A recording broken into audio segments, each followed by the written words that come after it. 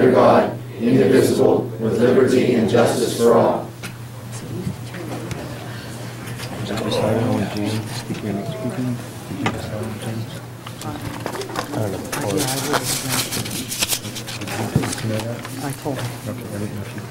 Roll call, please. Mr. Alt? Here. Mr. Beistel? Here. Dr. Fike? Here. Mrs. Kaufman? Here. Mrs. Love? Here. Mr. Miller? Here. Mr. Polakowski? Here. Mrs. Rhodes? Here. Mr. Bentz? Here. Shelby Kahn? Morgan Sirianni? Here. Citizens' comments. Janie Lehman, National Junior Honor Society.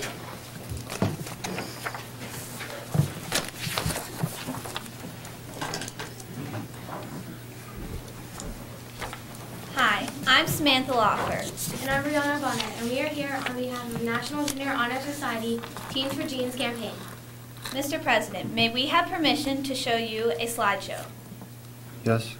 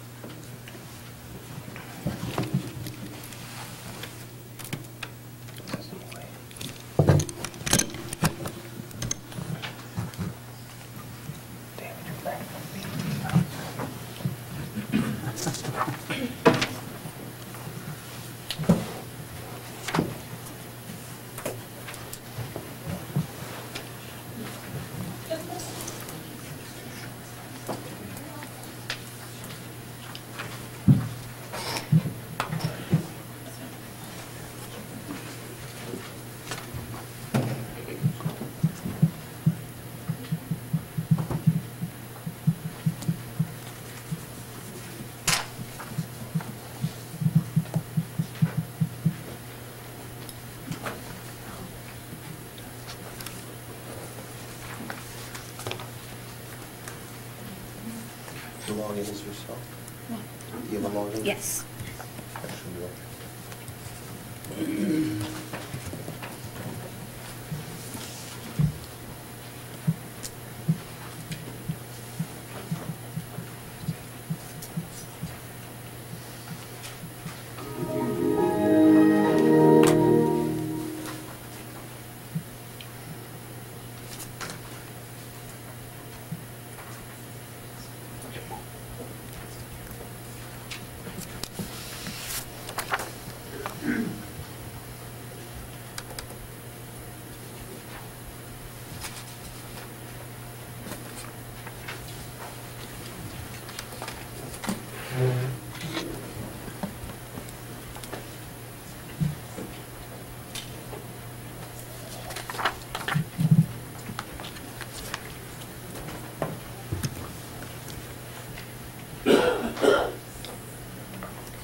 We would like to tell you a little bit about Teens for Genes.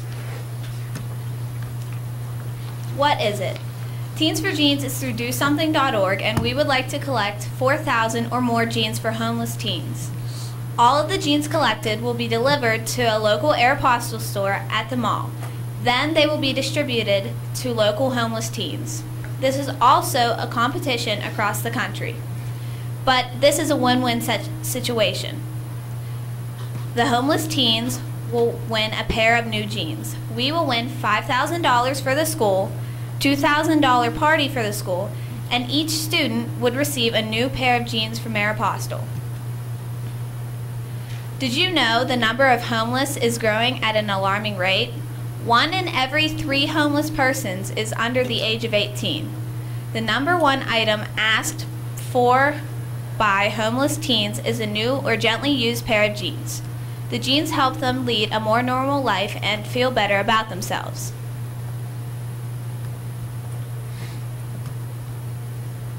Where we stand right now is our goal is to get 4,000 jeans. So far, we have collected 311 jeans.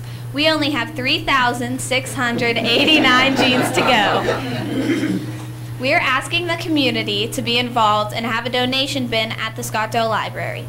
We have also asked all the schools to be a part of our campaign and are arranging how we will get the jeans from those schools. We are working on media outlets and donations from local businesses as well to help us get as many jeans as possible.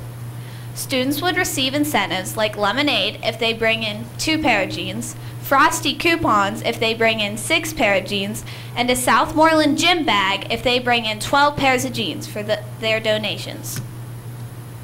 What can you do? First, clean out your closet. Donate your gently used jeans or new jeans. If you don't have any jeans, either buy jeans at Goodwill or Gabriel Brothers to donate, or donate to NJHS and we will purchase the jeans for you, and or donate a gift certificate or something that we could use as an incentive for students to participate and be involved. Still want to do more? Let your family, friends, and church know. Email Mrs. Lehman at lehmanj@southmoreland.net if you can help in any way. We want to hear from you. Let's make a difference in a lot of lives. Do you have any questions? Just a question on donations. Would it be considered a tax deductible contribution? I would think so. It would. Sure.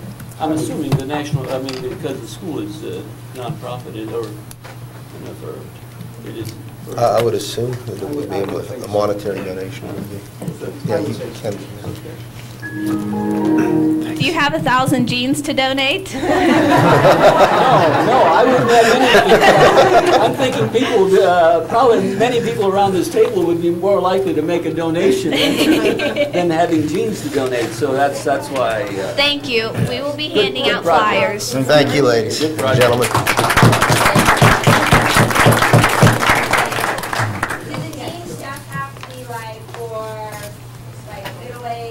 They can be any size. Yes. I have a question. Good work.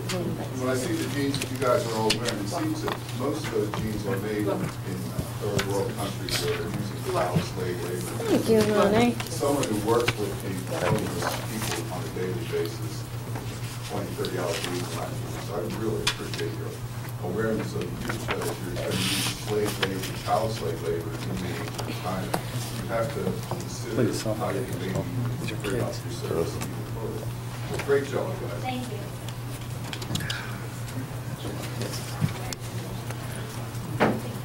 Next citizen's comment. Nicole Demagal.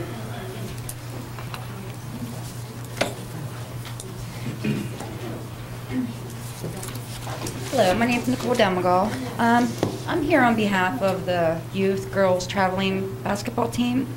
It came to our attention actually yesterday that the school is no longer allowing us to have gym time, which is very upsetting for us and for the team. These kids are a great group of girls. I've seen girls who came in that were very shy, didn't have a lot of friends, just completely change, and now, they all get along. And one reason I understand is because a paper wasn't filled out correctly. We're over halfway through. Can't we just maybe let them play and then fill out the contract right? This is really devastating to the girls. I don't want to look at them and tell them we're done. They are trying so hard, and it's good for them. I know for my daughter, this is the first time since my father passed away that she is holding on to anything, and it's important. It's very important. So I hope that you can vote and let us stay. Tell me something.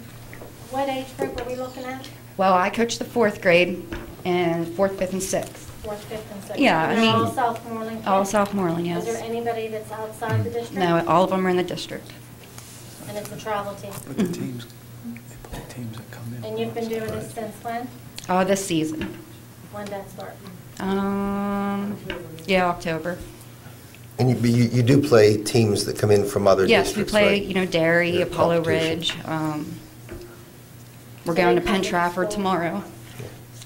And the issue here, just to enlighten the board and everyone else, under our policy 707, the girls traveling basketball team is a category B, and we've not had an issue with them using the gym when there are people in the building.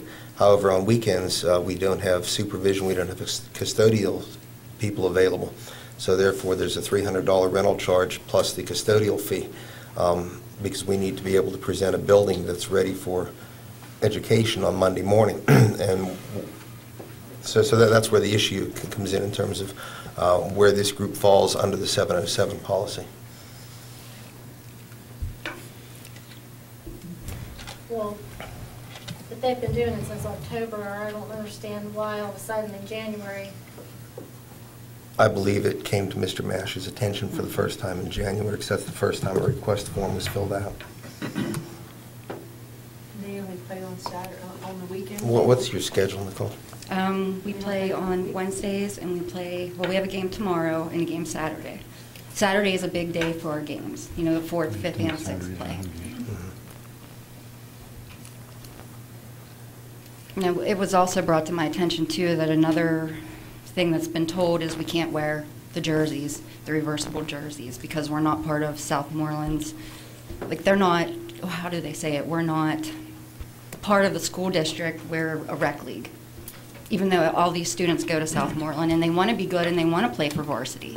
But you can't teach a 7th grader how to play. They don't even know how to dribble, And these girls, they love it, and they play hard, and they practice, and they always come. She don't want to pay, except for Yes. Why aren't you allowed to wear the jersey? Because it's school property, but they were just sitting on a shelf, not being used. Most of the jerseys were middle school and high school jerseys. Some of them were older jerseys, that's what they were using. But most of that is all considered junior high or middle school and high school property. Yeah. Well, we spoke about that today, and we said, we'll wear a white shirt and put duct tape on for the numbers. We don't care. We just want to play. Plus, I think they were the same jerseys that were used by 4th, 5th, and 6th boys last season. And I know They're not that. using it all anymore. I don't know what was done last season, but we don't have approval for, from this board to give school jerseys to a team that is not created, sanctioned, sponsored, however you want to put it, by the school. It's an outside group, kind of like the midget football or the Cub Scouts or another outside group, even though most of the kids are Southmoreland students. So that's the quandary we find ourselves in. Will you guys tell us what we need to do to keep this going? Yeah. Just give us direction and we'll do it. Sure. Because it's important. Yeah, I would think we should refer this to the administration to work it out. I would think for us as a board to become involved in making exceptions to a policy, because it is simply how many other groups out there would also very much like to use it, and at this point it is the policy. And that's the quandary we find ourselves in. I realize that, and I think we have this policy that we need to follow, and not a happy decision that we made, believe me. No, I have no doubt that it's a good program, but there are many good programs out there, and there are other gymnasiums available too. There's a YMCA, and there are a number of other possibilities. And I know, the main goal is for us to build, and then when they're in varsity, they're going to be good. These girls are good now, so I just don't understand why it's not sponsored or funded or even recognized in our school. It's just... What was the paperwork issue? They filled the wrong form out? Well, Or was it too late? There was no paperwork at all filled out prior to very recently. Very recently, Mr. Masher got a 707, policy 707 request, which is the vehicle by which someone rents, borrows, or uses one of our facilities. I'm not quite sure how that gym was scheduled prior to that or who authorized it. That's December 19th. So on December 19th, we received a request. And Mr. Masha actually talked it over with Dr. Scott, myself, and the other administrators, and we all agreed that during the time when there's staffing at the school, this is not an issue. The gym's there, the people are there, use it. But on weekends when there's no one there, then that creates an additional problem because there needs to be school personnel and custodial personnel on site, and we don't have that without incurring a cost to the district. Isn't she from the district, gets paid by the district? Wouldn't that qualify having someone there? Well, when she's coaching this particular team, she's not employed by the district as the coach. She's employed by whatever this group is. But when she's working with our kids, our students on our sanctioned teams, then she's acting as an employee of the district.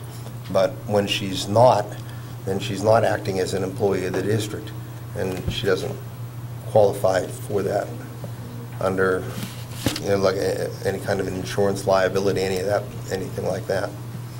How many Saturday games do you have scheduled? Is that something that you can look at maybe and reschedule, that you wouldn't run into this problem? I want to say we have 4 more at home, 4 more games until the season's over. That involves There's a lot. other schools, other teams, other members, not just and referees. I mean, our girls went and supported the varsity team Monday. Every one of them were there. We had a game at Apollo Ridge. Every one of them showed up. They want to learn. I mean, so that when they're at varsity, we have a good team. I'm not trying to say anything, but these girls are good. I got a question for you. Coach Jacobs doesn't have any facilities that she can take you to get you through the season, or make any accommodations to play at the other schools for the games that you normally would have played here? Well, I mean, we just played at Derry. I'm sure that some of them would be okay with us coming there. I don't know that for sure, though. And I actually called the YMCA to try to get practice there, and they said all the girls had to have a membership for us to do that. So I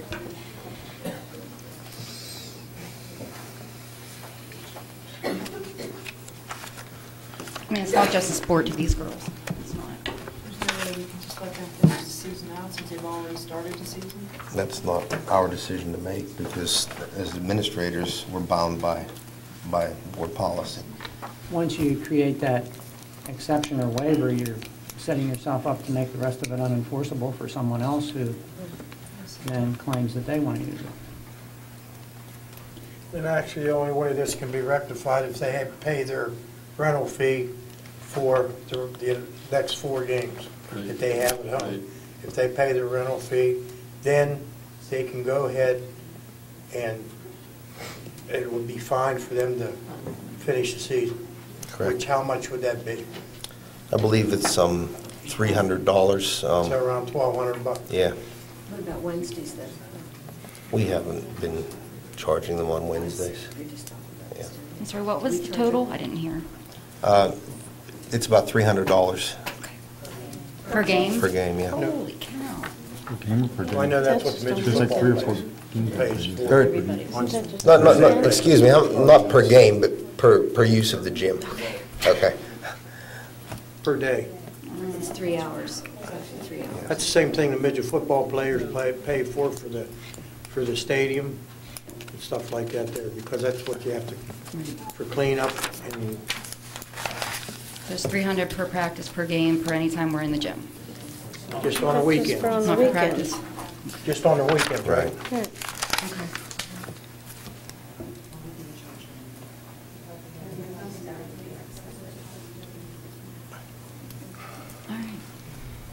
I can actually get you a copy of that policy. Okay. If you call me tomorrow with your email, I can even email it to The you. gym is available, I mean, that's not, like if they would come up with the 1,200, the gym, is it always available? I believe so. It's available, they have. Then you'd have to schedule somebody, custodian, to come in and take care of that. Correct. right? So you would have to pay that too? Now, do we have to vote on that to have it done, or can they come up with the $1,200? No, because that's Okay. part of the policy, yeah. Okay. That's part of that 707. Mr. Already been Beistel, rectified. once everything is in order, Mr. Beistel, then as per the policy, the building principal then approves because everything's in order, or disallows because things are not in order. As long as they come up with their money, I mean, it would be. they can Yeah, go yeah, and ahead I appreciate the parents being here and everything, but one of the ways that the communication breaks down is the individual who filled out the application in December and turned it in really hasn't been involved with any follow-up. I understand. So even if the money, I mean, we still, at some point, Charlie, have to get her involved so she knows what these parents are trying to do, so, because this still is an application from a certain individual, and we have to get it straightened out. And she has to prove it and everything? Well, As a person? Unless someone else is making the application, she's our point of contact. Okay, that's it. That's fine. She is aware that we were coming tonight, so she has a game. Sure. Do you guys do fundraising, or? No, we haven't. We just paid $35 a kid to play, so we can pay the officials.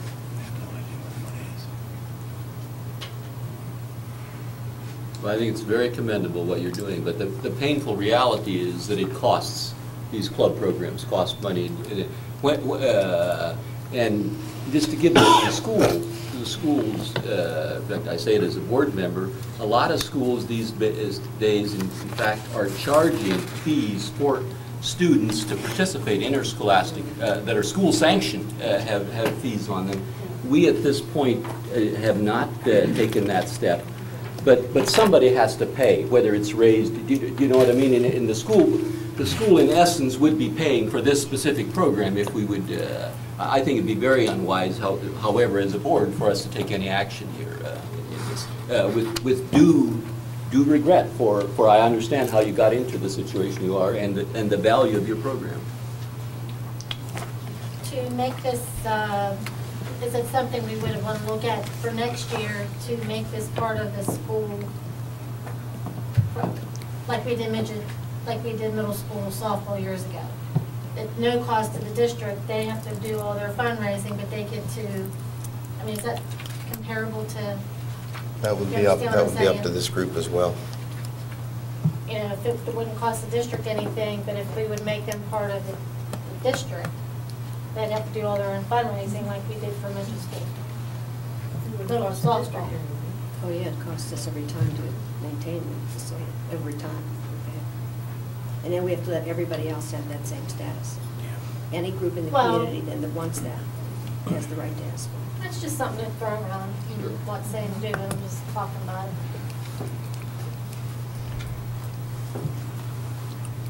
I was going to announce this later, but since this is a good time, since we're talking about the 707 policy, I was going to put together a committee to look at the 707 policy, since it has a lot of gray areas, the administrators are saying. And possibly we can even look into what Josie's saying about what organizations could fall under what she's explaining with the falling into the Southmoreland name. Maybe those could dovetail together, but I've asked Mr. Swink, Mr. Krofcheck, and Mr. Clara as administrators, and Mr. Beistel, Mrs. Rhodes, and myself as board members to get together as a committee to look at the 707 policy and see what we can come up with to get rid of some of these gray areas that the administrators are saying they're coming into. Hey, Mike, since you brought that up, let's go ahead and take it to the mat here. I was totally shocked when I came in today and I see this list of committees. The number one function of the school board is policy. Unless I'm missing something, there isn't even a policy committee. Personnel, athletic, buildings and grounds, cafeteria, budget, curriculum. There's no policy committee. That's our number one function of the whole school board, is to establish policy. That will be addressed later when I talk about that list, but we're talking about 707 right now, But so. that's policy. There isn't even a Next policy citizens' committee. comments, please. Amanda Stone Henderson. It's just the same topic again. I'm here this evening to ask the board to please intervene on behalf of the young girls playing travel basketball for Southmoreland. My daughter Charity plays on the 3rd and 4th grade team. Her team is comprised of 10 girls that are having a great time learning the game.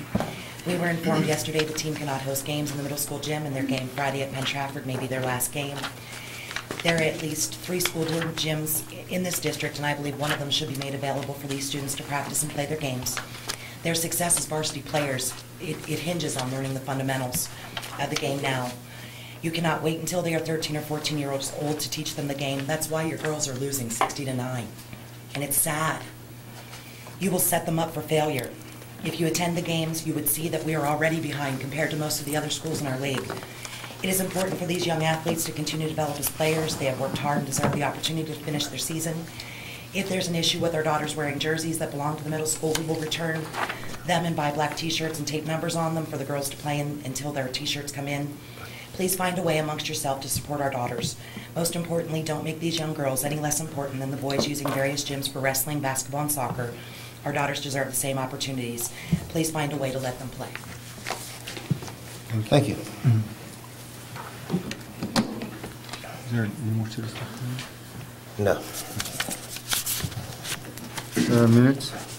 It is recommended that the board approve the minutes of the December 5th, 2011 reorganization meeting and the special voting meeting of December 5th, 2011. Motion? Motion by Mrs. Rhodes. Second? Second. Second by Mr. Polakowski. All those in favor? Aye. Aye. All those opposed? Unanimous. Business and Finance, Fund Accounts.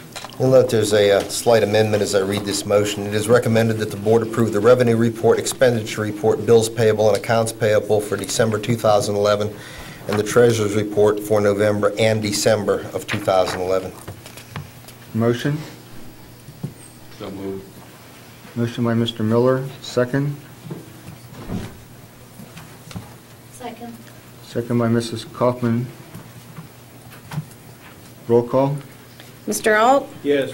Mr. Beistel? Yes. Dr. Fike? Yes. Mrs. Kaufman? Yes. Mrs. Love? Yes. Mr. Miller? Yes. Mr. Polakowski? Yes. Mrs. Rhodes? Yes. Mr. Benz? Yes. Is there any old business? Can we talk about committees? It's already on to be discussed later.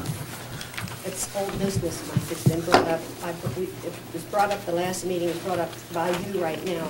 It's old business. Can you tell me why there's no policy committee for the school board?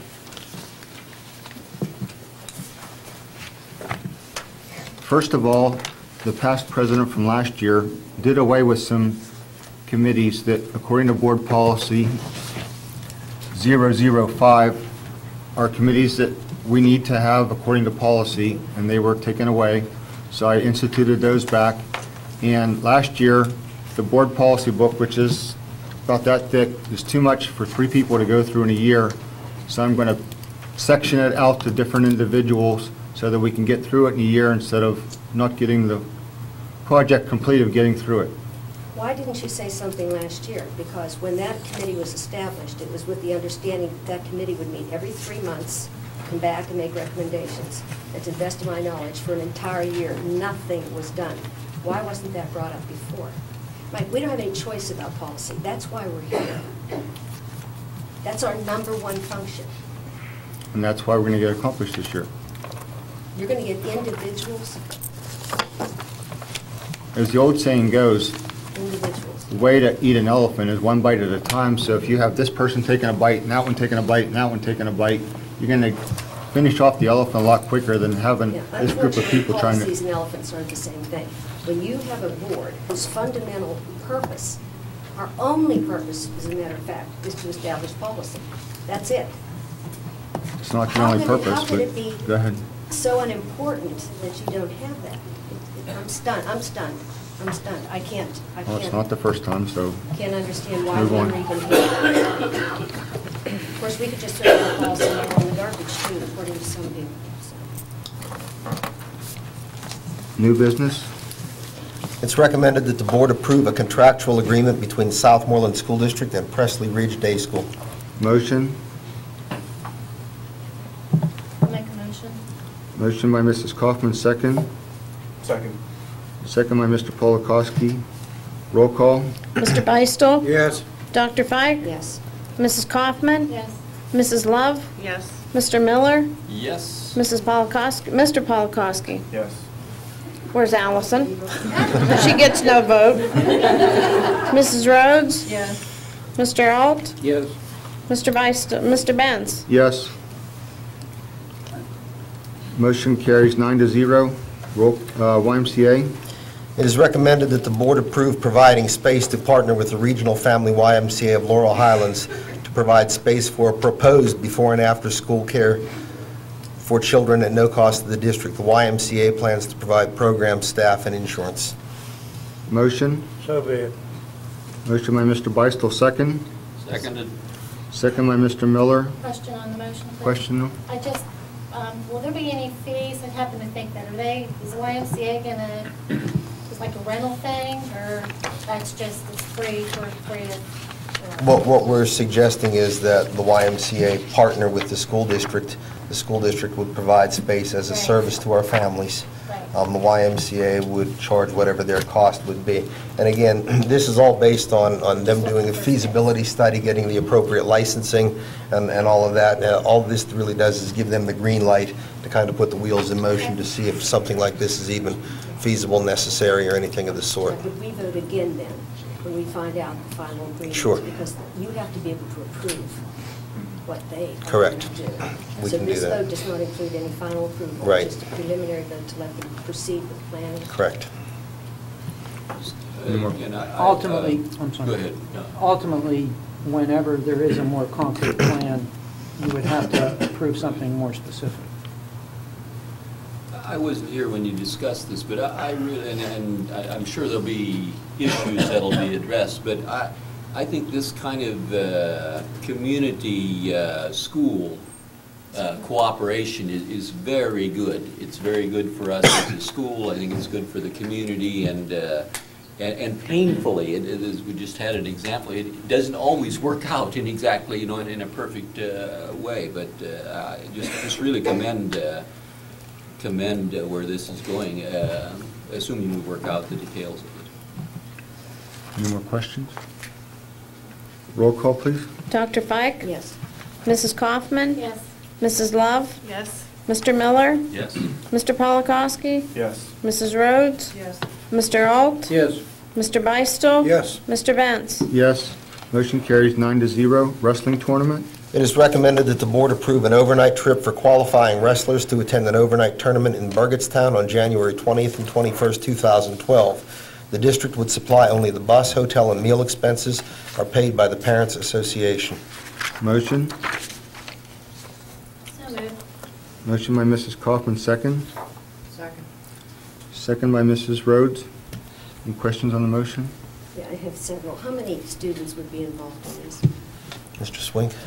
We're looking probably 18, 19 students, 17, 18, depends how many, So when they get down there, we take a bus and we take them down there. Then what happens to that bus? Does it come back? Bus will come, it'll come back.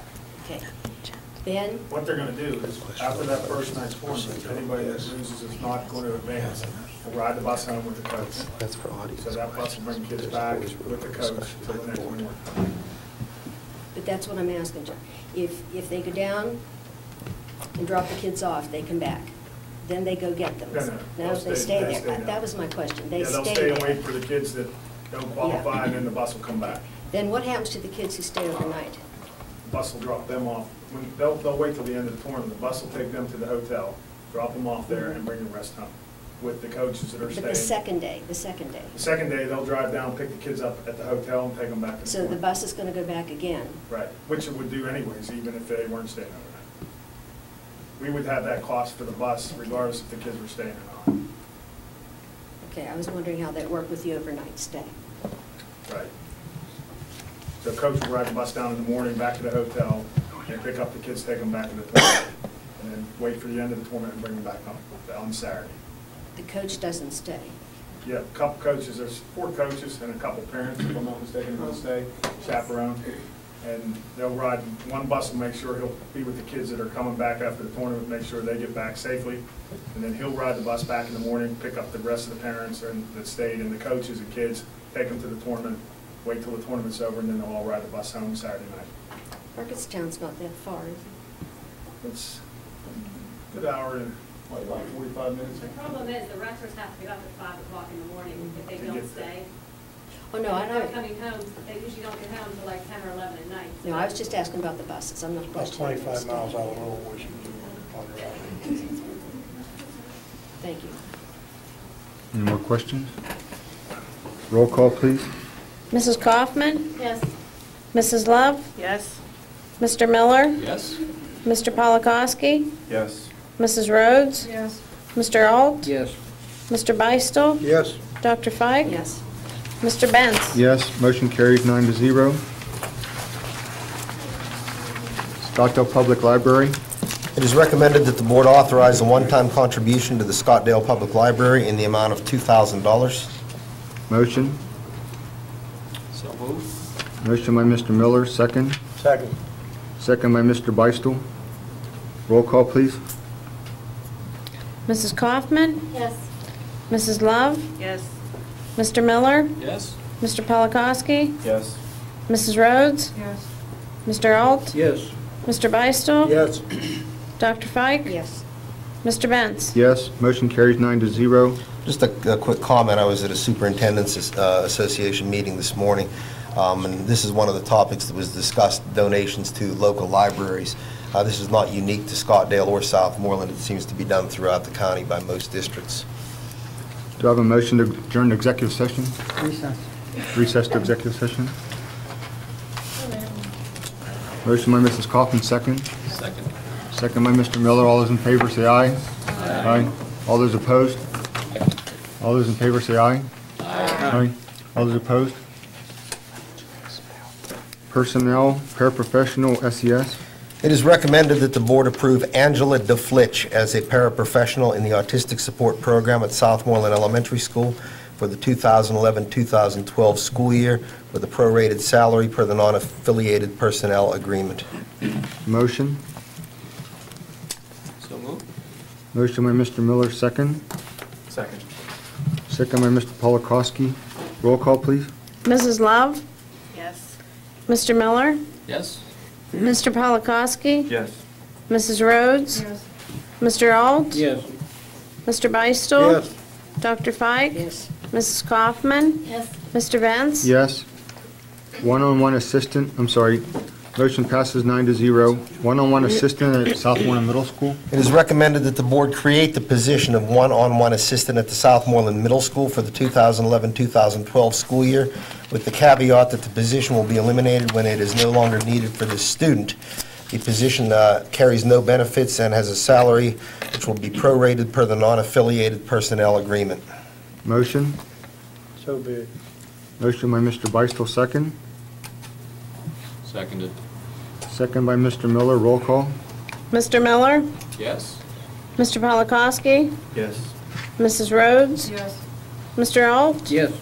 Mr. Beistel? Yes. Dr. Fike? Yes. Mrs. Kaufman? Yes. Mrs. Love? Yes. Mr. Benz? Yes. Motion passes 9-0.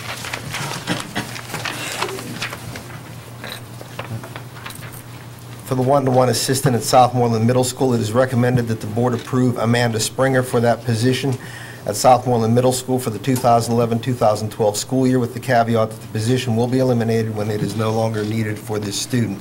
This is the position that you just created in the previous vote. Motion. So moved. Motion by Mrs. Kaufman, second. Second. Second by Mrs. Rhodes. Roll call. Mr. Polakowski? Yes. Mrs. Rhodes? Yes. Mr. Alt? Yes. Mr. Beistel? Yes. Dr. Fike? Yes. Mrs. Kaufman? Yes. Mrs. Love? Yes. Mr. Miller? Yes. Mr. Benz? Yes. Motion passes 9-0. Day-to-day substitution list. It is recommended that the board approve additions to the 2011-2012 day-to-day substitute list. Motion. So be it. Motion by Mr. Beistel, second. Seconded. Second by Mr. Miller. Roll call. Mrs. Rhodes? Yes. Mr. Alt? Yes. Mr. Beistel? Yes. Dr. Fike? Yes. Mrs. Kaufman? Yes. Mrs. Love? Yes. Mr. Miller? Yes. Mr. Polakowski? Yes. Mr. Benz? Yes. Motion passes 9-0. Accept resignation of school security personnel. It is recommended that the board accept with regrets the resignation of Sherry Blackburn as school security personnel effective immediately. Motion. Motion by Mrs. Rhodes, second. Second. Second by Mr. Polakowski. Roll call. Question on the motion. Question on the motion? Do we then advertise to replace her? Because we don't we need these people? Don't we need more of them? I believe we're okay right now, so I don't think Okay, it's that was necessary my to question, so advertise you at the don't- moment. Correct. Thank you. Roll call. Mr. Alt? Yes. Mr. Beistel? Yes. Dr. Fike? Yes. Mrs. Kaufman? Yes. Mrs. Love? Yes. Mr. Miller? Yes. Mr. Polakowski? Yes. Mrs. Rhodes? Yes. Mr. Benz? Yes. Unpaid leave. It is recommended that the board approve an unpaid leave with no break in service for Amy Pushkas, reading specialist at Southmoreland Primary Center, from approximately February 6th to approximately February 28th, 2012. Motion. So moved. Motion by Mr. Miller, second. Second. Second by Mr. Beistel. Roll call, please. Question on the motion, please. Question on the motion. When you look at the two unpaid leaves, on one, you do the unpaid leave first, and then you do the other. Then on the other one, you do the FMLA, and then the unpaid leave. Am I right? We do the unpaid leave first on this one? FMLA is an unpaid leave. No, the first one. I don't understand your question. Okay, it's my understanding that, will this person be back to work on February 28th? I believe so, yes. No. No. I believe she's going to take sick Correct, days after that, correct? So why wouldn't you, then the other person, from what I understand, is going to use sick leave and then take the unpaid leave. Is that not correct? Isn't that, am I right or wrong on that? I'm saying one is doing the unpaid leave first, and the other one second, and the Right. other one doing, using up sick time and then doing the unpaid FMLA. And I'm just wondering why we're doing them in two different ways for two different people. We structured, the first one was requested the way it was requested, Right. so the individual could maintain benefits. Seems to me that's a fair way to treat an employee. But the other one, okay, I just see it being done as two Yeah, different ways. the other one, because Kelly has been here long enough, her benefits are automatically paid under FMLA. Her benefits continue by statute. Okay, but that won't work for the other one if you do the unpaid leave first, or use the sick time first, right? Correct, because then there will be a month in which she does not work, therefore she would not be covered during that particular month. Okay, thank you. Certainly. Roll call. Mr. Beistel? Yes. Dr. Fike? Yes. Mrs. Kaufman? Yes. Mrs. Love? Yes. Mr. Miller? Yes. Mr. Polakowski? Yes. Mrs. Rhodes? Yes. Mr. Alt? Yes. Mr. Benz? Yes. Motion carries 9-0. Unpaid FMLA leave. It is recommended that the board approve an unpaid FMLA leave with no break in service for Kelly Blaze, mathematics teacher at Southmoreland Middle School, from approximately April 16th through approximately May 14th, 2012. Motion. Motion by Mrs. Kaufman, second. Second. Second by Mr. Polakowski. Questions on the motion? Roll call, please. Dr. Fike? Yes. Mrs. Kaufman? Yes. Mrs. Love? Yes. Mr. Miller? Yes. Mr. Polakowski? Yes. Mrs. Rhodes? Yes. Mr. Alt? Yes. Mr. Beistel? Yes. Mr. Benz? Yes. Motion carries 9-0. Resignation, senior high yearbook sponsor. And I will amend this motion, no, never mind, it's already authorized. It is recommended that the board approve the resignation of Jennifer Rodman as senior high yearbook sponsor effective at the beginning of the 2012-2013 school year and authorize administration to post the position. Mrs. Rodman will provide training and/or support to the individual selected for the position. Motion. So moved. Motion by Mr. Miller, second. Second. Second by Mr. Beistel. Questions on the motion? Roll call. Mrs. Kaufman? Yes. Mrs. Love? Yes. Mr. Miller? Yes. Mr. Polakowski? Yes. Mrs. Rhodes? Yes. Mr. Alt? Yes. Mr. Beistel? Yes. Dr. Fike? Yes. Mr. Benz? Yes. Motion carries 9-0. Board meeting of the... Can I make a comment here on this, President?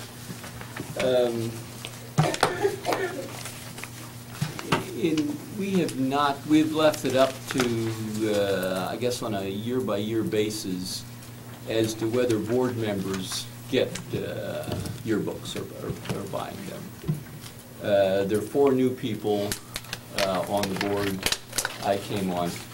I think every now and then, whether it's annually, for the board to get a yearbook, just to get photos, faces, names of personnel is a very good investment by this board.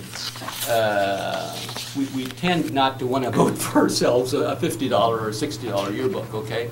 But I just for the record, I think it is a good investment for the entire board to get it. And I'm not trying to make a motion here or anything. I'm just for what it's worth.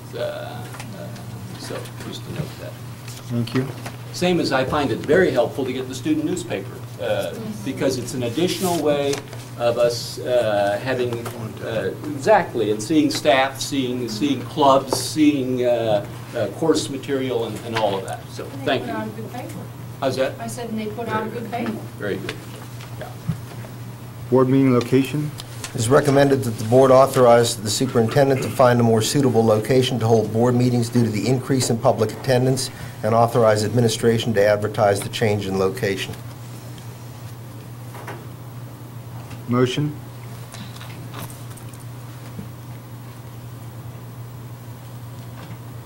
I'm torn on the issue. This one may die for lack of a motion, folks. Happens. Did you get those cards? Is it, well, what, can I ask They're questions new. or do I have to wait till the motion? Yep.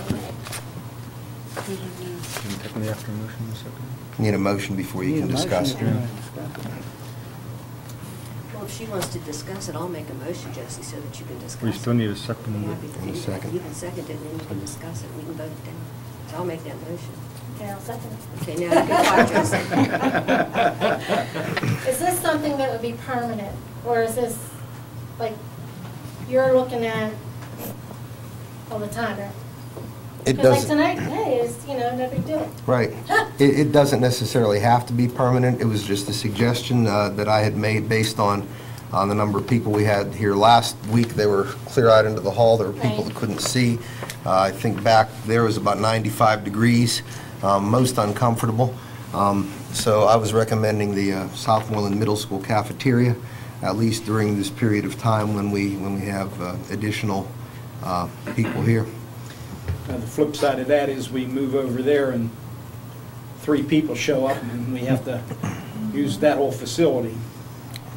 True, and the other flip side to that is that building is certainly not as damp and oppressive as the air is in this room. Well, I have a question about Sure. it. Suppose we say we're going to move it, and we want to meet, can we still meet here? You know what I'm saying, like when we Or have... are we bound? Yeah, or do we have to go there, right? Well, And then we have to make another motion. your public meetings would be there. Okay, and- public, no, we're talking about public, but say we want to meet for other purposes, for interviews, for example. No, this would be Can we still use your this? regularly scheduled board meetings. Okay, we can still Yeah. use this facility Sure. for non-public issues, Yeah. right? Because it is convenient. I mean, you don't have to go to a great big building to do some little interviews or something. Right. Now, as far as executive session and that, where would we go from the library? I'm trying to think. Well, actually, if we use the cafeteria, we could use the stage. The audience would be in the cafeteria area, and there is a room with a door that would be fine for an executive session. Off from the stage. No, actually, it's the faculty dining room, which is off from the serving line, Oh. back near where the soda machines What or about the Mr. water Pollard and machines all his are. equipment? I've worked that out with him. He said it would take him about an hour to move, and he would need a place to store it, which also exists there. Would you have to bring it back and forth every week? I mean, you have to set it up every week, but now this is that would just be permanent. public. Isn't it, can you lock it up? Yeah, there's a place to, You can lock it up. sometimes he would wheel it into a closet, bring it out, plug it in. Well, like all his cameras now are here, they just stay here, right? Yeah. I wonder. Yeah, I spoke with him. He said it would not be an issue to him.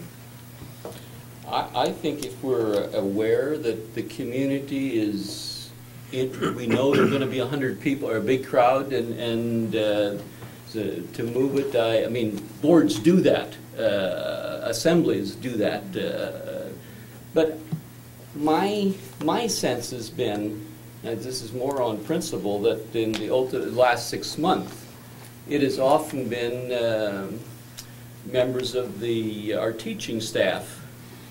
And I do not think, I understand why The Education Association wants to have representatives here, and I think that's very good.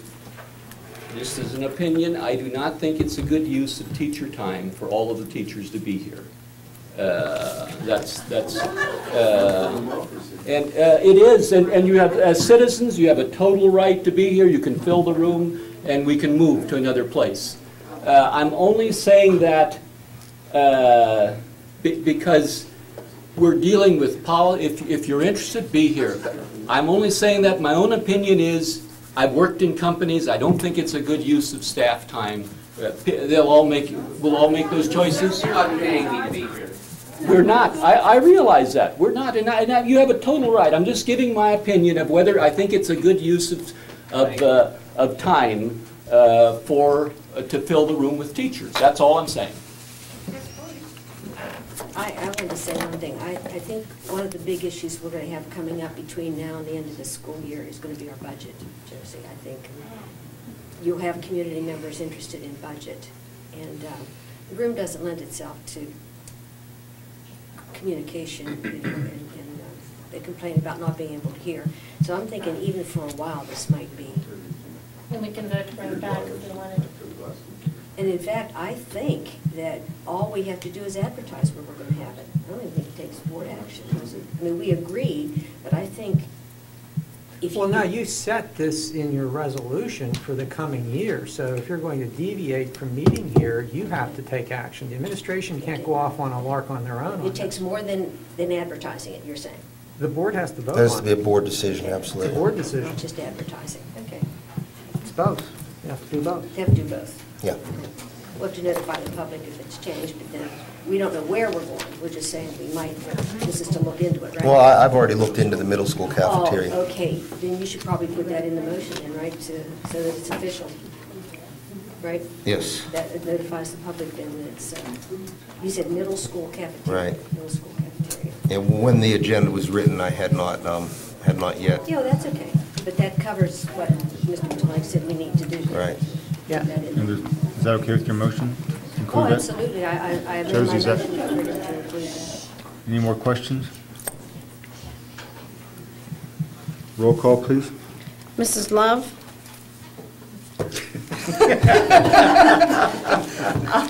Yes. Mr. Miller? No. Mr. Polakowski? Yes. Mrs. Rhodes? Yes.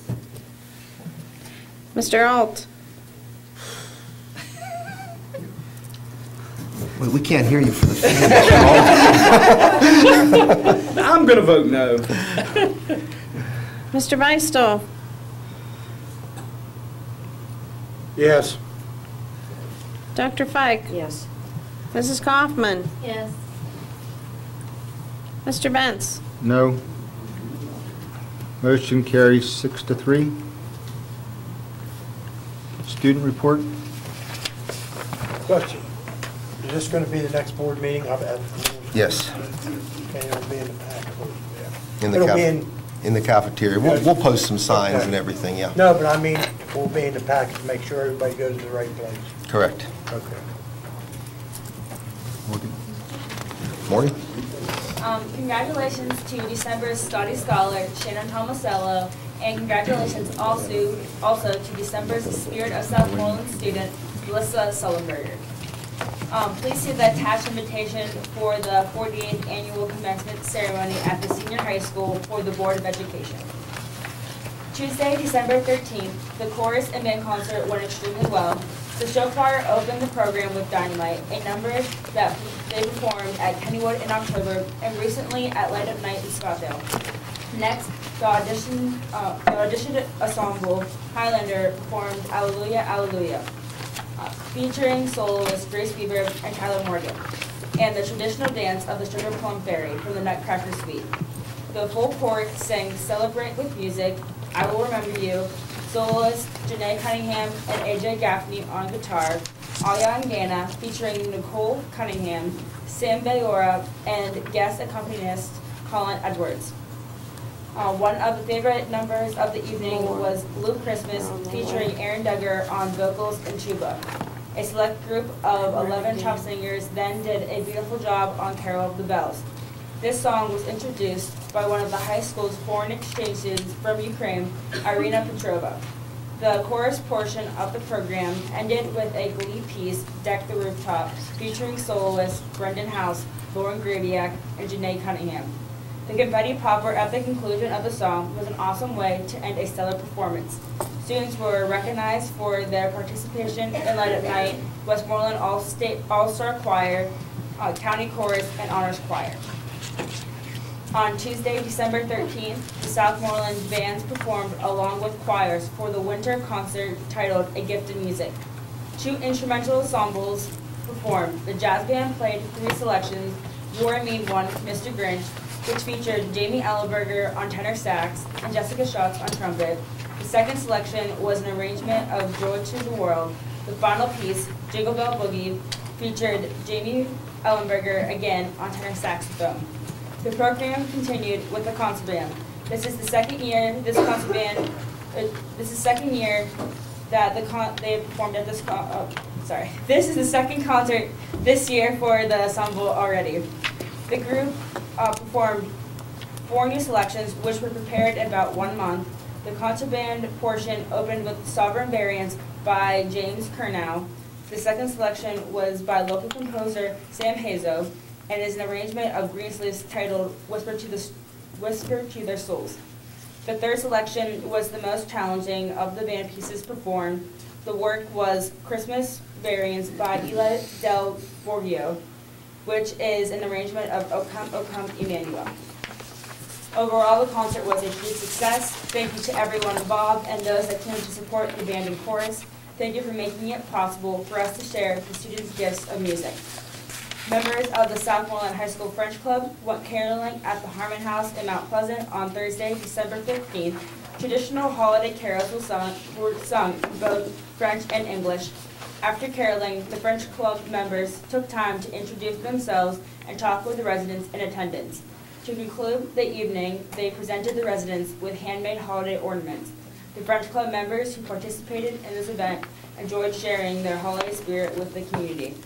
The following books were donated to the Southmoreland High School Library in memory of Margaret Porter, mother of William Porter, donated by the Southmoreland administrators and the Board of Education.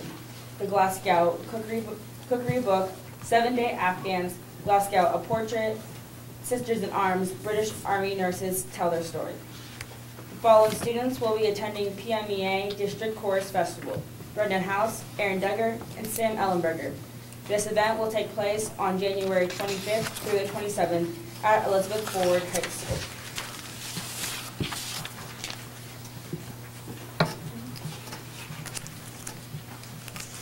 There's the attached for commencement, and then also for the French Club.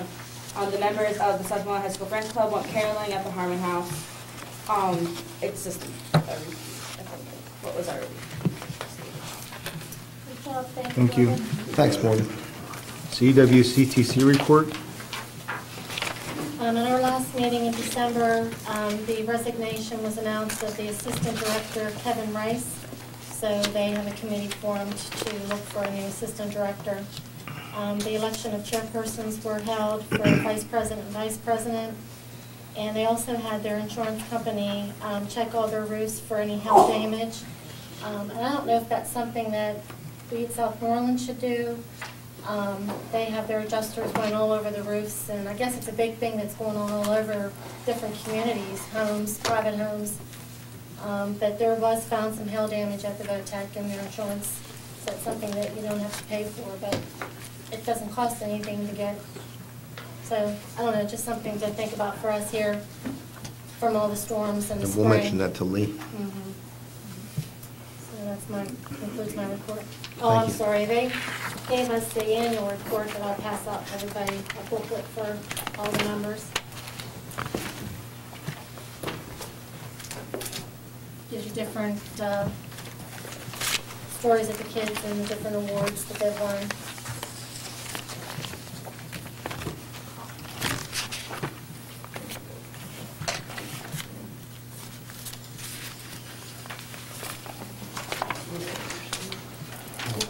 I have one, so that can go. Oh, okay, you're fine.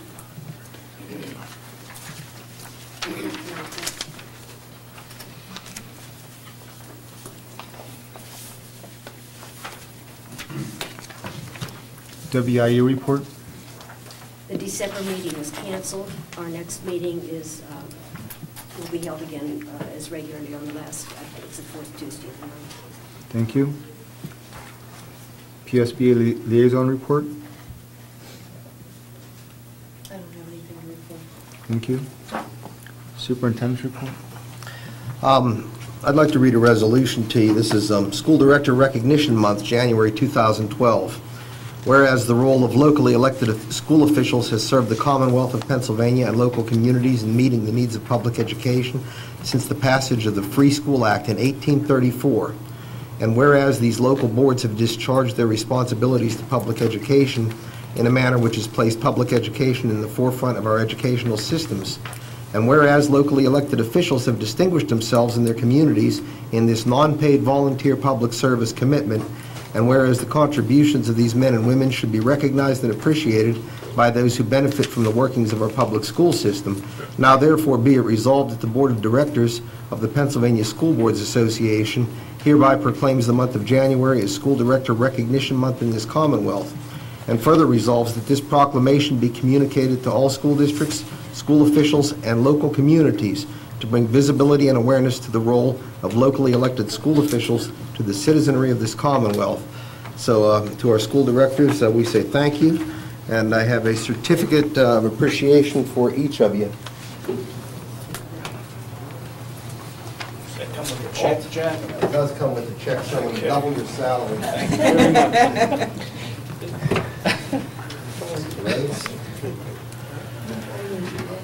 Mm-hmm.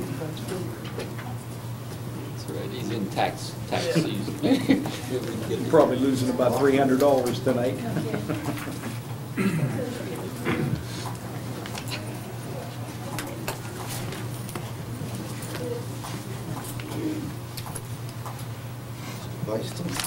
Thank you, sir.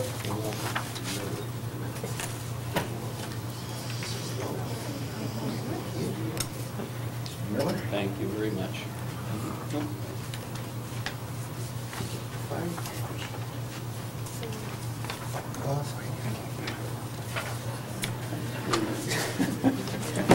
And Mr. Betts. Thank you. So on behalf of our students and our community, I thank you for your service. A reminder for you, new board orientation will be held at Westmoreland Intermediate Unit January 21st and 22nd. That's a Saturday and a Sunday. So that will be the new board orientation. Please let Peggy know if you are not able to attend. Currently, she has everyone registered, but there still is time to cancel if you're not able to attend. You're invited to a legislative meeting, a legislative breakfast, Meet the Legislators. That's Saturday, February 4th at 8:30 a.m. at Westmoreland Intermediate Unit. And finally, the last thing I have, it seems like I'm reading a lot of things to you. I received a letter from the Pennsylvania Association of School Business Officials. Dear Dr. Molnar, it is our pleasure to inform you that William Salem has been granted a Certificate of Enhanced Qualifications in Human Resources from the Pennsylvania Association of School Business Officials. You are to be commended for having a member on your administrative and supervisory staff who has demonstrated this commitment to professional growth. In order to be granted a PASBO Certificate of Enhanced Qualification, a school business official must demonstrate a high level of competency in the profession by successfully completing a series of courses in a specialized area of school business leadership. Qualifying courses are offered through a partnership between PASBO and Wilkes University. We believe this achievement reflects a positive image on you and your board of school directors. For this reason, as well as to provide appropriate recognition for the recipient, we encourage you to share this news with the school and the local community. So, Bill, congratulations. Thank you. Thank you for your effort. And that concludes my report for this evening, Mr. President. Solicitor's report? Mr. President, I have two resolutions. The first resolution is in re Student Discipline Matter 2011 to 2012, number 103. Be it resolved that the board hereby adopts the decision of the board as a committee of the whole and that the adjudication in the matter of the above identified student disciplinary action be and hereby is ratified in all respects to the same extent as set forth therein as the action of the Board of School Directors of the Southmoreland School District, and the administration is directed to take all actions consistent herewith, and the Secretary is to send copies of the adjudication and this resolution to the affected student and parent guardian by certified mail. The parent and student requested privacy. That is why they are identified by a number. Motion? I moved. Motion by Mrs. Kaufman, second. So paid. Second by Mr. Beistel. Roll call, please. Mr. Miller? Yes? Mr. Polakowski? Yes. Mrs. Rhodes? Yes. Mr. Alt? Yes. Mr. Beistel? Yes. Dr. Fike? Yes. Mrs. Kaufman? Yes. Mrs. Love? Yes. Mr. Benz? Yes. Motion passes 9-0. The next thing is a result of an exemption appeal that was filed by Wellspring Church, Inc., and in which the Board of Assessment and Appeals had a hearing, and they granted the assessment of the exemption for part of the building, which is the largest part, and denied it for the smaller portion, so that smaller portion would be taxed. Whereas Wellspring Church, Inc. has purchased the property formerly constituting the Mennonite Publishing House on Walnut Avenue, Scottsdale Borough, Pennsylvania, and has filed an application for an exemption from real estate tax on the basis that it is used for, quote, regular stated religious services, close quote. Whereas the property had an assessment of $195,990 and was generating school taxes at the most recent millage of 69.4 mils of $13,601, and the Board of Assessment and Appeals has issued decisions determining that lots 176 and 177, now tax map number 30-02-020-395-59-001, will have an assessment of $63,260 and not be exempt, whereas the Board of Assessment has also decided that portions of the buildings on lots 172 to 177 and bearing tax map number 30-02-020-395 will have an assessment of $132,730 but be exempt from taxation. And this will result in a loss of taxes of $9,211 at current millage of 69.4 mils. Whereas it is believed that the latter tax map number has portions of the building which are not utilized for exempt purposes, be it resolved that, and then you make a choice, the solicitor is or is not authorized and directed to file an appeal of the tax exemption granted for parcel 30-02-020-395 and to defend any appeal of the finding of an assessed taxable value of $63,260 for tax map parcel number 30-02-020-395-59-001. I want to make that motion with the word "is" in it, is authorized. Motion by Dr. Fike, second by Mr. Polakowski. Any questions on the motion? Roll call, please. Mr. Polakowski? Yes. Mrs. Rhodes? Yes. Mr. Alt? Yes. Mr. Beistel? Yes. Dr. Fike? Yes. Mrs. Kaufman? No. Mrs. Love? Yes. Mr. Miller? No. Mr. Benz? No.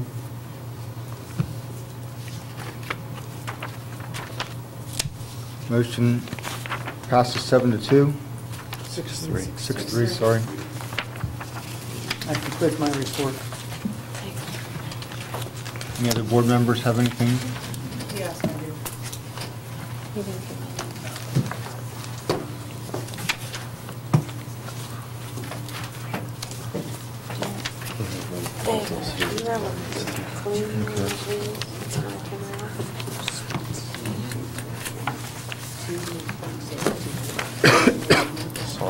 you're fine, you're fine.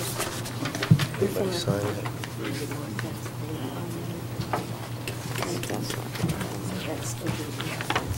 Yeah, that's all. Yeah, yeah.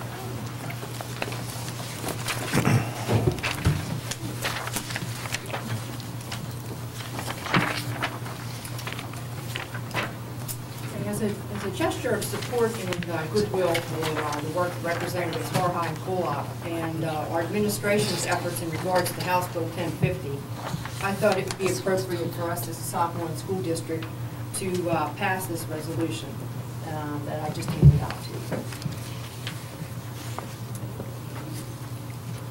Do you want to read it for the ones in the public? That way they can know what's... Is it okay for me to read it? Fine, too. Okay, it says Southmoreland School District Resolution in support of House Bill 1050. Whereas the Southmoreland School District has lost the payment of in lieu of taxes revenue due to the closing of the Sony plant. And whereas losing the payment of the in lieu of taxes revenue from the Sony plant closure is equivalent to losing 9 mills of taxes.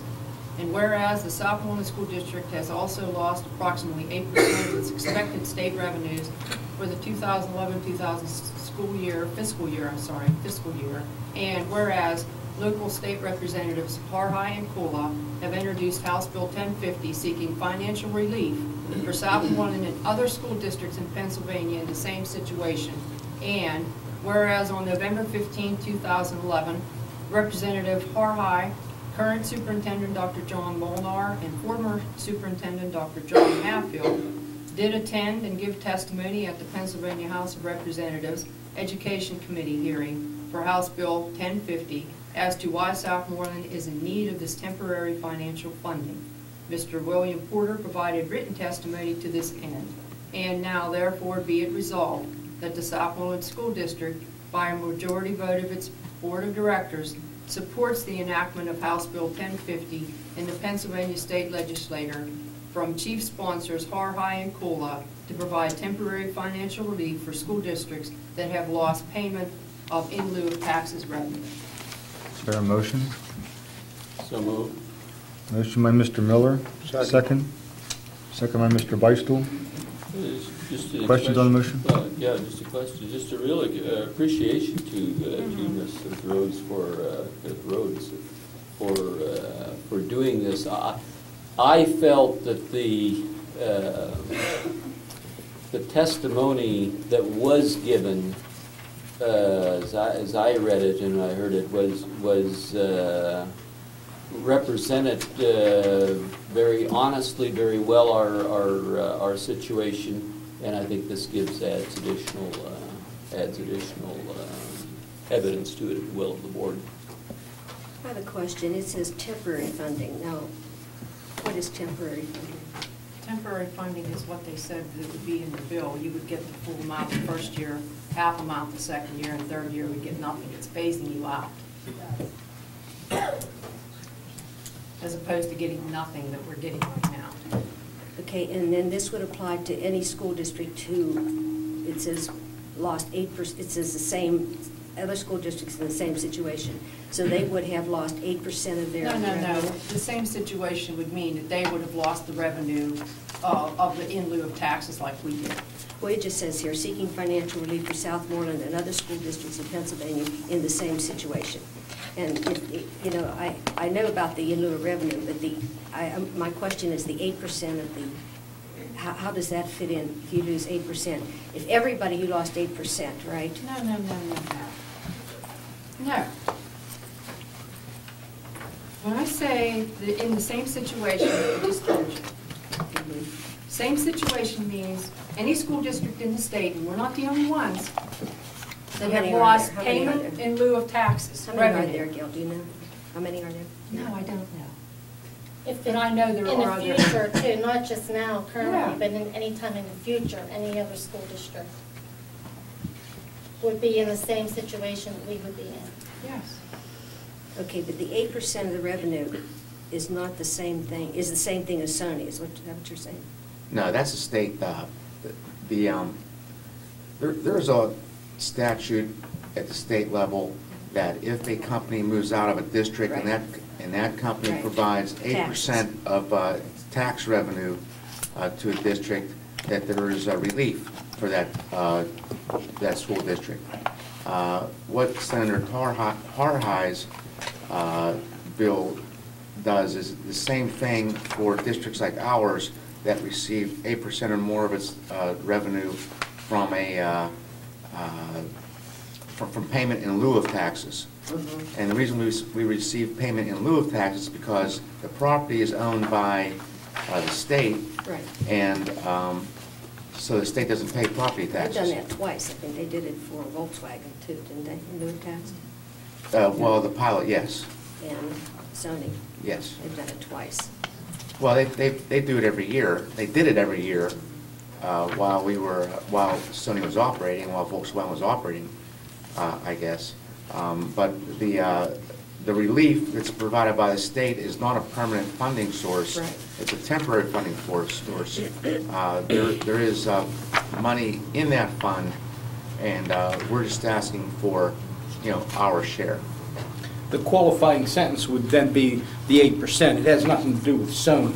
It's the 8% No, that's that's state- that's one of the what state makes you regulations. eligible for it. Okay. Any more questions from the board?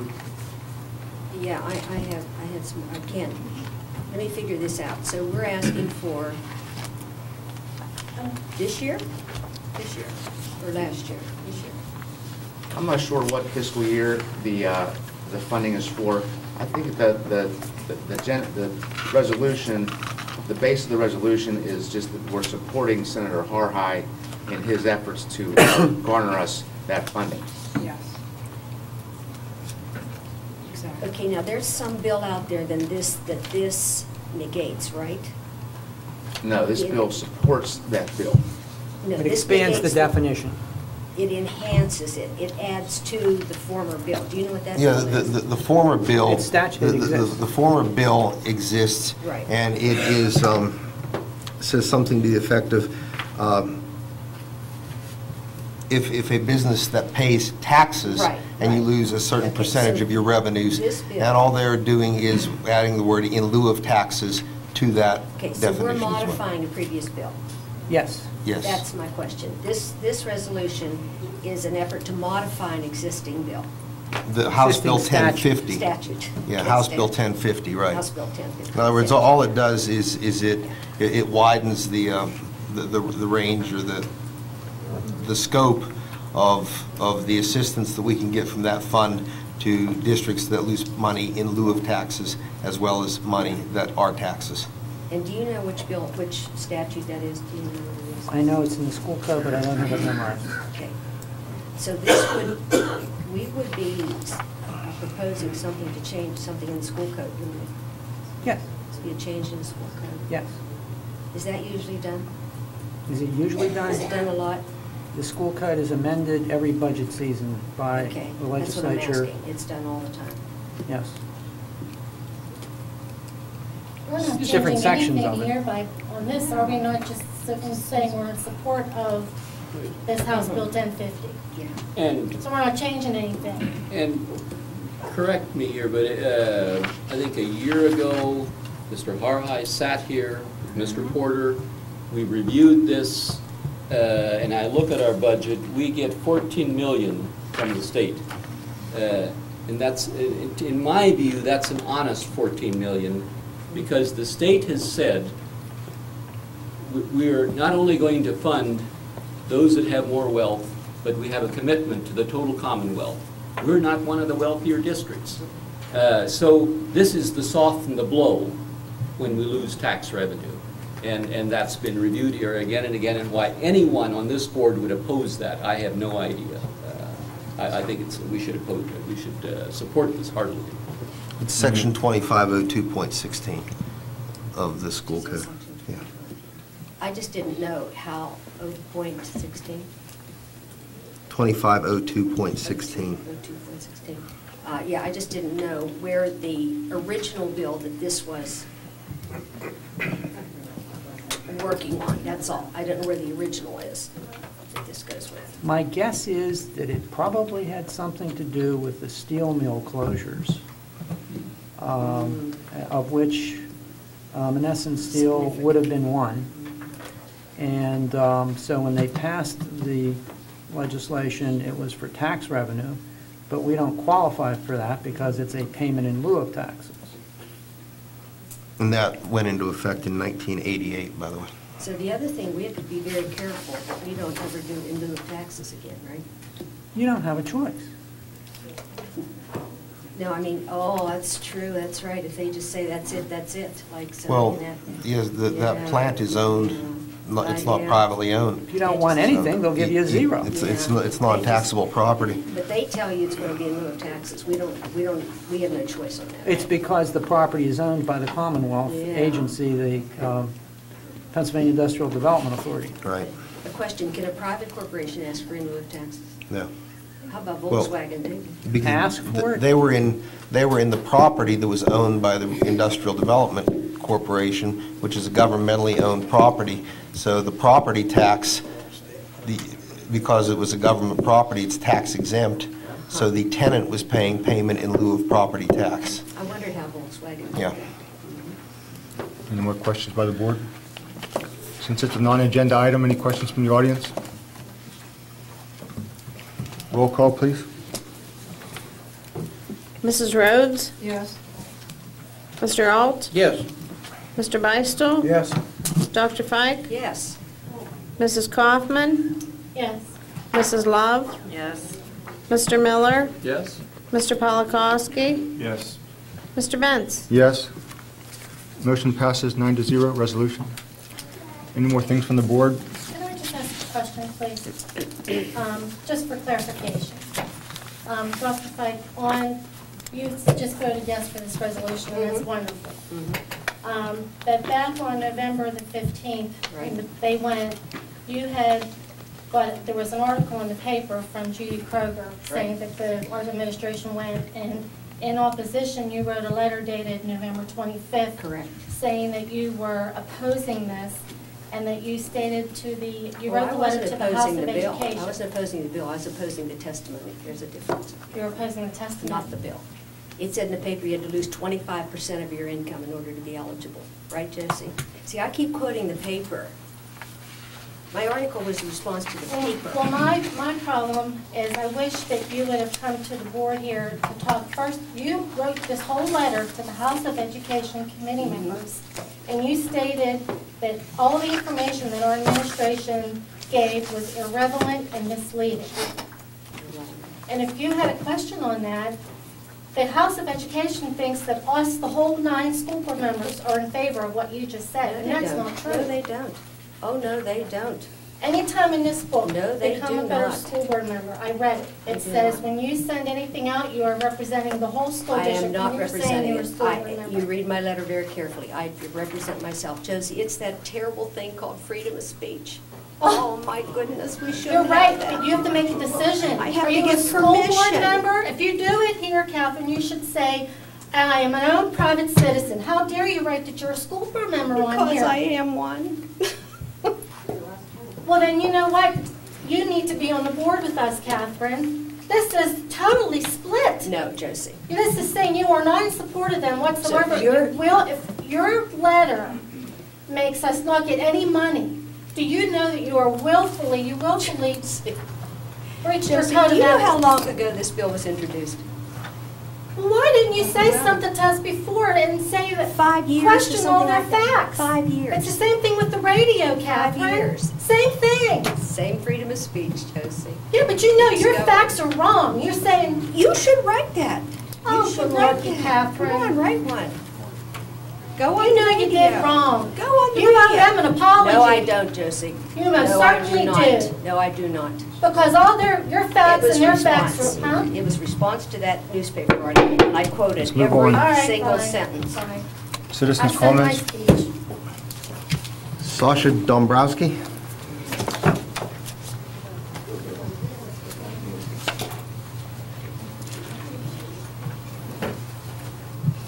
Dear people of the school board, I would really appreciate if you would help our girls' school basketball by getting us more practice time, better uniforms, and a more organized manner. P.S. I love basketball and hope I can still keep playing with my friends. Yours truly, Sasha Dombrowski.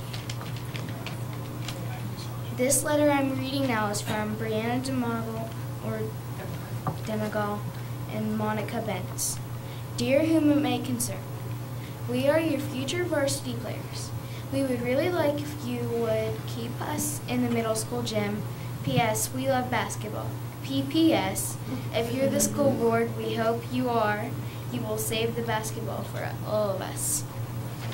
Sasha, thank you very much. You're a brave young lady. Thank you. Janine Osselborn. Well, I am that young lady's mom. We're in our second year now of the elementary school program for the girls basketball.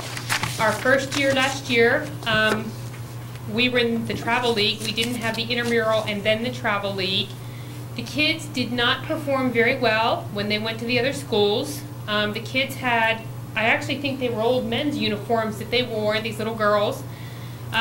We made it through last year, learned a lot. The kids loved it. They came back with a passion. For this second year, we had the intramural league, and now we're starting the travel league. As parents, we've watched these kids grow. They have such a passion for what they're doing. To be frank with you, I didn't know until tonight when Sasha was in her game at Mount Pleasant. We came directly from the game here, that this was not a school-sponsored or sanctioned league. I thought that it was. We, the parents, have been talking because when we go to these other schools and when we see our girls play the other leagues, number one, these other teams are very well organized. They're very well developed. They're much better than our girls. Our girls are striving to get better every day. They have uniforms. They have excellent coaching staffs. They have great access to gym and facilities so that they can practice and so that they continue to hone their skills. We would really like to have this program come to light so that the girls can keep getting better generation after generation, so that when these girls do get to varsity, we've got a real team of contenders to give these kids the opportunity to earn scholarships. So I don't know what was discussed earlier. As I said, I learned about this meeting when we were at Sasha's basketball game and we came here, but I would really like to ask this school board to help endorse and support this program and to facilitate its growth. I can tell you that if more of the parents that were playing tonight had known and were able to come, or who weren't playing tonight and did not know, you would find an overwhelming amount of support from the parent community to help this program grow. If you can put together a committee and let parents, we're willing to do the work, we really are. I understand that there are some considerations that I just learned about with the gym, but I'm really asking for you to help support this. I don't need to tell you how important athletics are to education, and they're supported across the board in so many ways. But when we go and play these other schools, it's evident that their programs are, at this age, are much more advanced than what we have here. And we're all for helping that grow. And we're willing to volunteer to do it as much as possible. So I just hope that as you're considering the issues that were discussed earlier, you'll keep these things in mind because, you know, it's been an amazing thing to watch my daughter grow these past 2 years. She's improved so much. When she really said she wanted to play this second time, I wasn't sure because last year was hard. It was a struggle. These kids didn't know anything. And this year they're so much better that we sit out there and giggle watching them because we're like, wow, they get it. They're starting to learn. They get the game. And the other thing is it's an excellent source of activity, especially in the winter months. So I hope you'll consider it. And I personally am volunteering my support, as would many other members of our team, to help this program grow in any way. We really are committed and we think it's a great thing. So I hope it's something we can continue to pursue and improve because we do need your support. We're even willing to do fundraising. We're even willing to fund it, you know, some of this ourselves just to keep it happening. So anything you can do to partner with us, we're here to partner with you as well. I have a question for you. Thank Do you think that the other areas are school-sponsored? Do you know if they are school-sponsored? What do you mean by the other areas? Well, the other districts that you're playing in, are they school-sponsored? Or do they have to do the same thing that you ultimately you must do in order to be competitive with them? Sure. I can honestly tell you I don't know, but the amount of funding, the really professional, let's take Blairsville for example. I'll be honest with you, we went to Blairsville. The coach there, I guess, was a former MBA or some type of former very qualified individual, very professional. She told the girls to go warm up. They went through a military drill. I mean, we sat here, our bedraggled little, 6 kids in their men's uniforms tucked in, watch this team perform a warm-up drill like we'd never seen before. Their uniforms were nicer than the NBA. They all had their names on them. So I have to think that it was something school sanctioned, because I'm not sure the parents could organize or fund something that was that Well, I impressive. think that's something you need to find out, because, I mean, whatever they're doing, if it isn't school sanctioned, then that's something that you need to do. And as we discussed earlier, I think one of the main issues is the money. We don't have any objection to it, and if you could make your schedule differently, that would cure the problem too. But it seems to be a matter of fundraising and coming up with the money, so that's something that you guys would have to decide amongst yourselves. And I think we're willing to do that. So if you can recommend to me, again, this was my first, earlier tonight was the first time that I realized this wasn't a school program.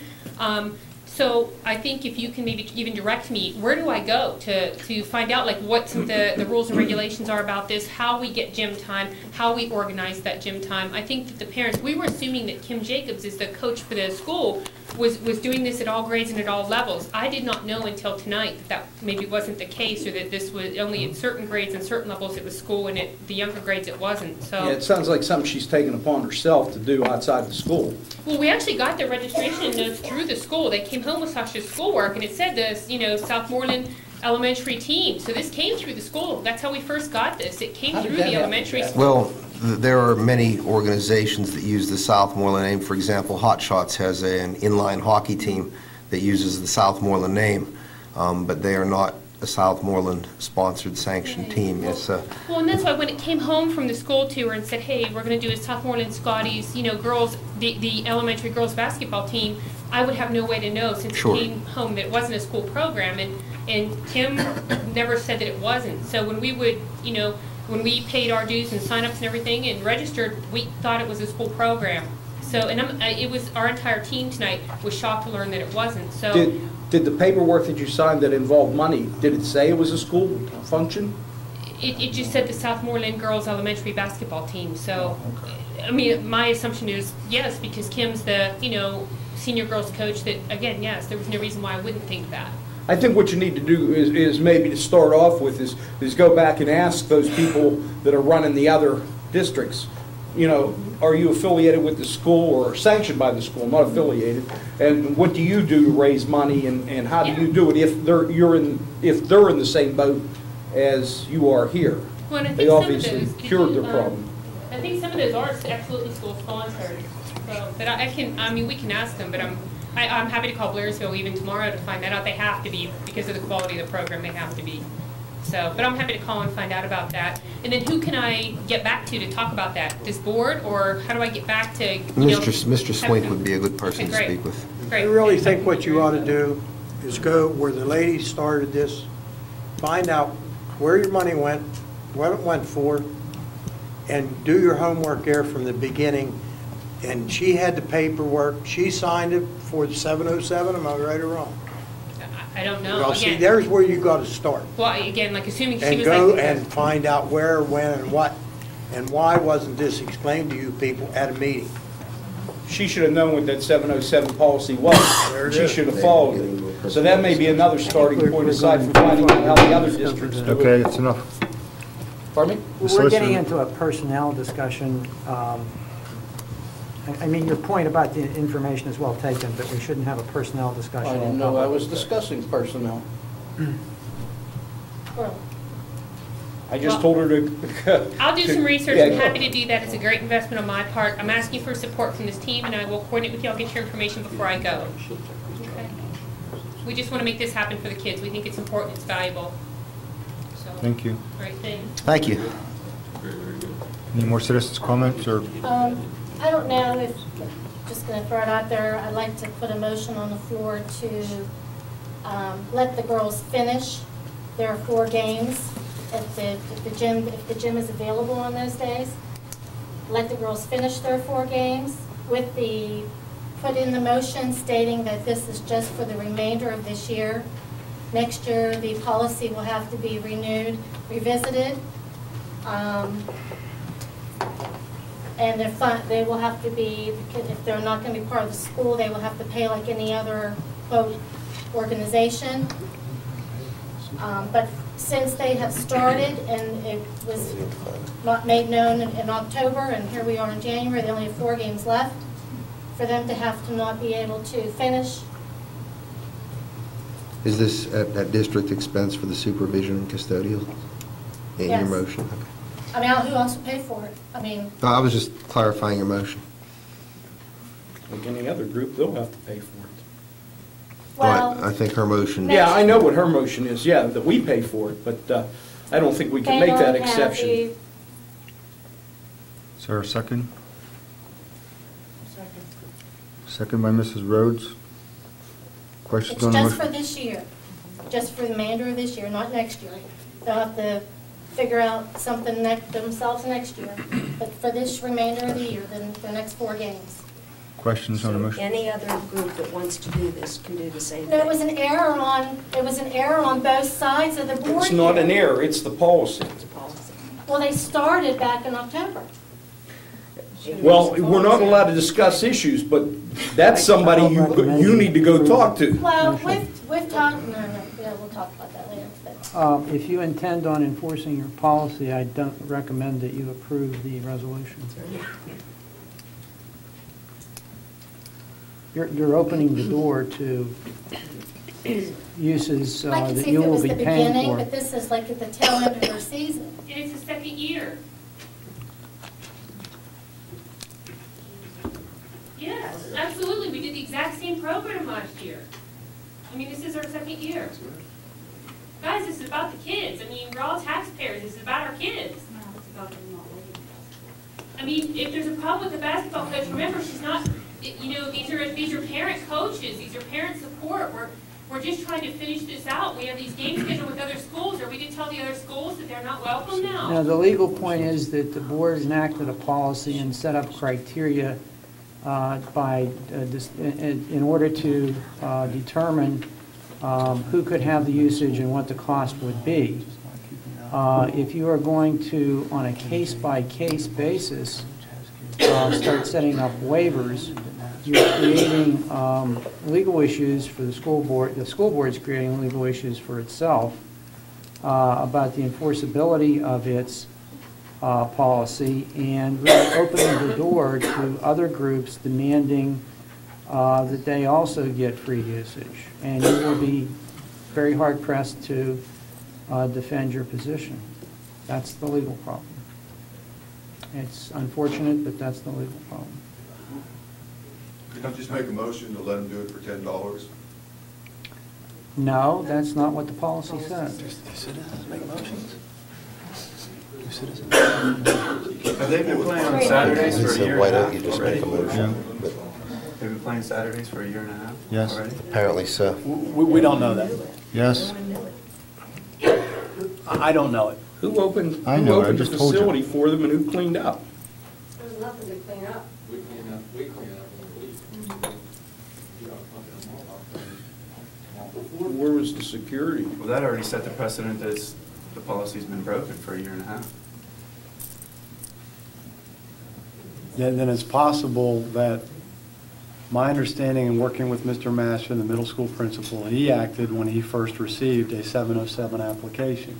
It is possible that the facility was being used without a 707 application. You happen to have a situation where you have a varsity head coach that has access to the facility and can get in the facility She had one in for September, purposes October, other she than did the it also. varsity program.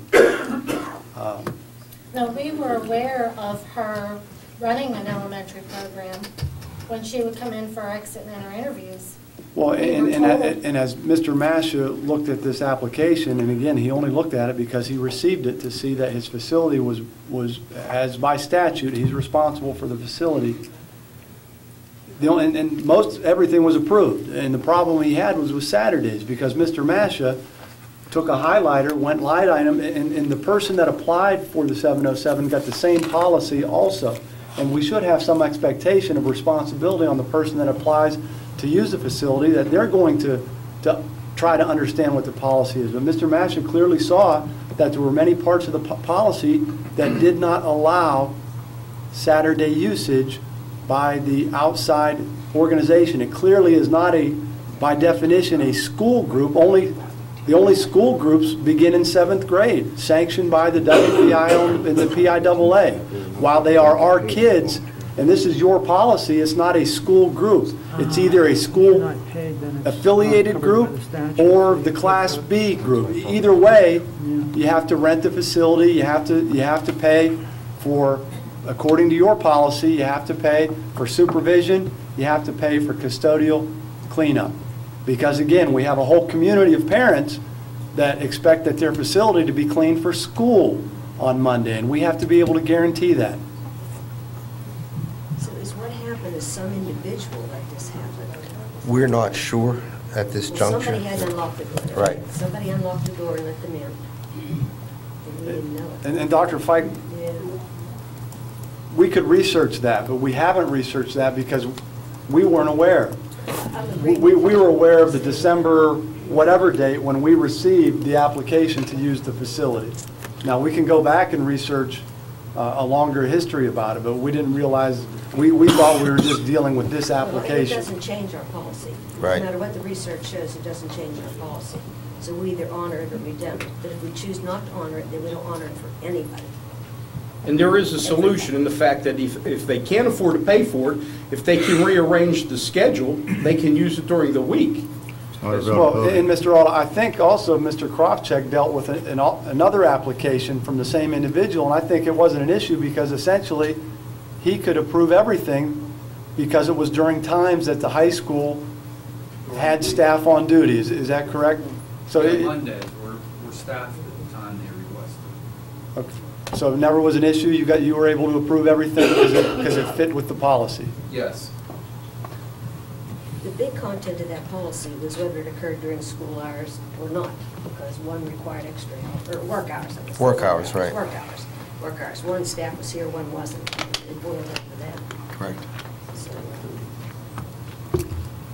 So for the middle school usage, it's only the Saturdays. Mr. Masha, I believe, approved everything else according to the policy, but the Saturdays became an issue. And again, he is duty-bound to follow the policy, and I kind of appreciate his efforts in trying to know what it is. I would have real misgivings about our, to me, we're undermining staff when we waive issues, and it's a terribly unfortunate thing, and it's a painful thing that has happened here. But I think to say we'll do what for individuals, whether we try to do fundraising or whatever can be done, but I really hesitate to me it's undermining staff, to echo what our legal counsel is on this, to waive a policy, knowing, however, how unfortunate it is. And I'm a basketball fan. In speaking with a parent today involved in the basketball program, the parent was wondering, since every girl had paid $35 per girl, he wondered, okay, twice, thank you. He wondered then, when this policy was completed back in December, if that money would have been part of a deposit, which the policy says include a deposit check, then it would have been approved back in December, and this wouldn't even be an issue. We just got put by. No. Do you know where that money went? We paid once in, September, and then once again in December for the travel league. Well, when I spoke to her today, she said she had every dime accounted for. Well, then, if she has all the money, then why don't you just pay the fee and just be done with it? We're getting into a discussion of the internal operations of a private group that have no bearing on this meeting.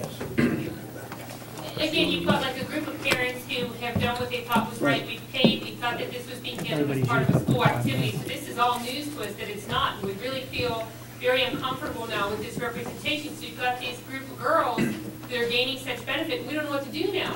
You know, plus we partnered with these other schools, and the girls are the same age, so we don't know what to do now, you know?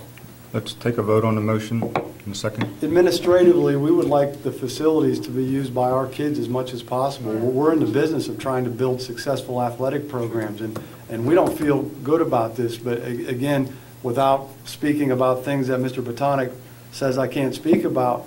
There's just some organization that could have occurred that could have made our job much, much, much easier, and to allow exactly what you spoke about to what you would like to see happen with these programs. We just wish we'd had some way of knowing that that wasn't happening. We thought it was. So we wish we'd had some way of knowing early on that there was some type of problem we could address or remedy, before the season has started. And again, we didn't know that until December the 19th, when we got the original request, that there were even such games going on. And so that was... Dave, what would have happened, just to show them, if something would have happened to those people in the gym, if there would have been an injury, I mean, who would have been liable? Could we have been liable for that? And would the school district have had to, fork out tons of money if something happened? Well, if it goes to a defect in the real estate itself, then you can be sued. We've got some other issues here that might be legal issues also, but anytime anybody walks on your property, if you have a defect in the real estate itself, that is not covered by our political subdivision tort immunity. So, and there are other issues too about cleaning and things like that. So, if you're going to vote on it, vote on it. If you want to withdraw the motion, that might be a good idea.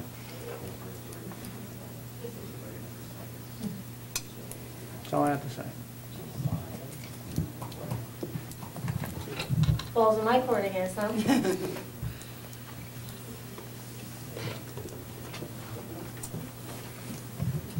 Let's keep it, and then you can vote however you want. So this is a vote to violate our own policy, Joseph, right? That's what it says. Well, if that's how you want to think of it. You better believe it. Yeah. Freedom of opinion, right? Freedom of speech, Josie, absolutely. I defend it with my life. You have the right to do it. Let's take the vote then. Take the vote. And then, by the way, if a deposit is forthcoming and payment occurs, the building gets open. It's very simple. That's what the policy says. How much is it? It's $300 a day. A game? A Saturday. A day. Plus custodial services. Roll call, please. Mr. Alt? No. Mr. Beistel? No. Dr. Feig? No. Mrs. Kaufman? Yes. Mrs. Love? No. Mr. Miller? No? Mr. Polakowski? No. Mrs. Rhodes? Yes. Mr. Benz? Yes. Motion fails 6-3.